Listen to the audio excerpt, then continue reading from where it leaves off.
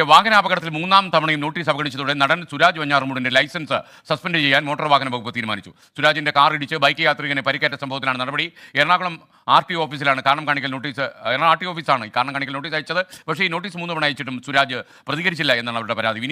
July 29 രാത്രിയിലാണ് ഈ അപകടം ഉണ്ടാവുന്നത്. അന്ന് അതായത് തമ്മനം കാരേക്കോടം റോഡിലാണ് അപകടം ഉണ്ടാവുന്നത്. ഈ ഭാഗത്ത് നിന്ന് സുരാജ് തിരുവനന്തപുരത്തേക്ക് പോവുകയായിരുന്നു. ഈ പോകുന്ന സമയത്ത് എതിർദിശയിലേക്ക് വന്ന ബൈക്ക് യാത്രികനുമായി ഈ വാഹനം കൂട്ടിയിടിച്ച് അപകടം ഉണ്ടാവുന്നു. മഞ്ചേരി സ്വദേശി ശരത്തിന്റെ വലതുകാലിന്റെ പെരുവിരലിന്റെ അസ്ഥി ഒടിയുകയും പരിക്ക് പറ്റുകയും ചെയ്തു. പിന്നീട് പാലാരിവട്ടം പോലീസ് ഇതിൽ കേസെടുക്കുകയും അത് മോട്ടോർ വാഹന വകുപ്പിന് കൈമാറുകയും ചെയ്തിരുന്നു. ഈ കേസിന്റെ തുടർ നടപടികൾക്കായാണ് മോട്ടോർ വാഹന വകുപ്പ് സുരാജ് വെഞ്ഞാറമൂടിന് നോട്ടീസ് നൽകിയത്. വിശദീകരണം കാണിക്കണമെന്നും ഹാജരാകണമെന്നും ഒക്കെ ഉൾപ്പെടെയാണ് നോട്ടീസ് നൽകിയിരുന്നത്.